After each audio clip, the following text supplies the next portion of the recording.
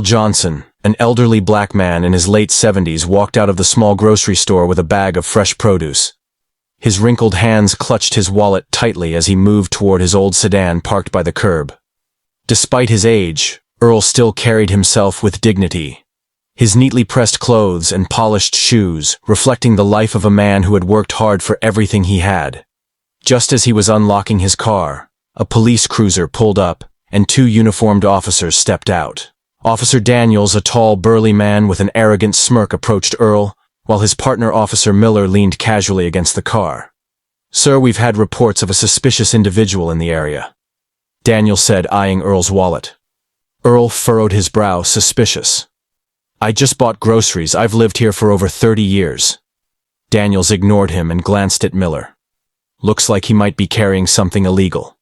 Let's check him out." Before Earl could react, Daniel snatched the wallet from his hands. "What do we have here?" he muttered, flipping it open. Inside, there was $500 in cash money Earl had just withdrawn to pay for some repairs on his house. Carrying this much cash? "Huh," Miller sneered. "That's a little unusual for someone like you." "Someone like me?"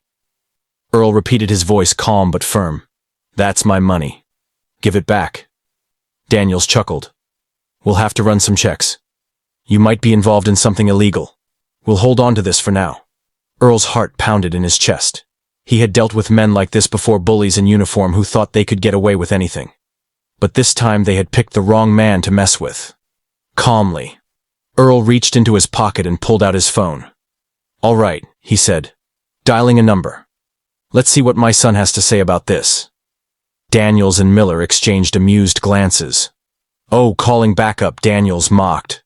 "What's he to do?" The call connected. "Hey son," Earl said, "I need you to come down here. Two officers just stole my money on the other end of the line." A deep, authoritative voice responded. "Where are you, Dad?" Earl gave his location. "I'll be there in 5 minutes." His son said. Daniels and Miller were still laughing, but their amusement faded when a black SUV with tinted windows pulled up. Moments later, a man in a sharp suit stepped out, his badge glinting in the sunlight. The officers' faces went pale. Chief Marcus Johnson, their boss, strode toward them, his expression dark with fury. "Officers Daniels and Miller," he said coldly, "would you like to explain why you just robbed my father?"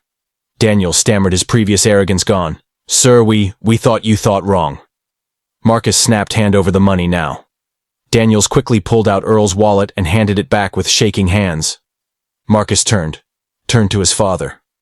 "Are you all right, Dad?" Earl smiled, taking back his wallet. "I'm fine, son. Just glad to see justice in action."